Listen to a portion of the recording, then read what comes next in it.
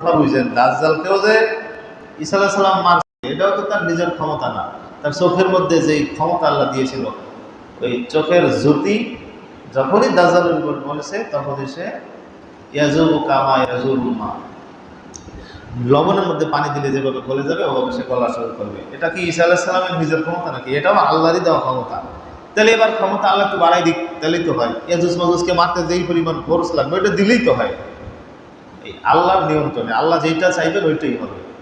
যেই নবীজি সাল্লাল্লাহু আলাইহি সাল্লাম চাঁদের দিকে হাত ইশারা করলে চাঁদ দুই টুকরো হয়ে যায়, এর চেয়ে আর কি পাওয়ার চান? সেই নবী যখন তার দিকে পাথর এসে মাথা ফেটে যায়, ফিরাতে পারেন না, তাহলে চাঁদ দুইটা খণ্ড করা কঠিন নাকি? এটা কঠিন না ওইটা কঠিন? ওইটাই তো কঠিন। তাহলে এটা পারলেন না কেন? মানে আল্লাহর ফায়সালা যেটা ওইটাই হবে, এর বাহিরে হবে না। কিয়ামতের আগে কোটি কোটি ঘটনার কথা রাসূল বলেছেন, ভবিষ্যৎবাণী 2000 বছর পরে কি হবে তা নবীজি বলেছেন।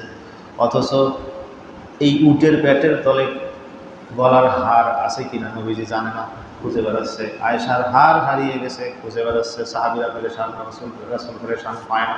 কয় নেওয়া হয়েছে, আর হওয়া যাবে না, চলো উঠে উঠাইছে, চল। এবার উঠ দাঁড়াইছে, দেখে উটের পেটের তলেই গলার হার। এতগুলো খুঁজছে, হাও। 1000 বছর পরে কি হবে নবী জানে, উটের পেটের তলে হার জানে না। তার মানে হলো আল্লাহ যেটা জানাবে শুধু রাসূল ওটাই জানবে, এর বাইরে এক জানার পরিমাণ জানার ক্ষমতা নাই।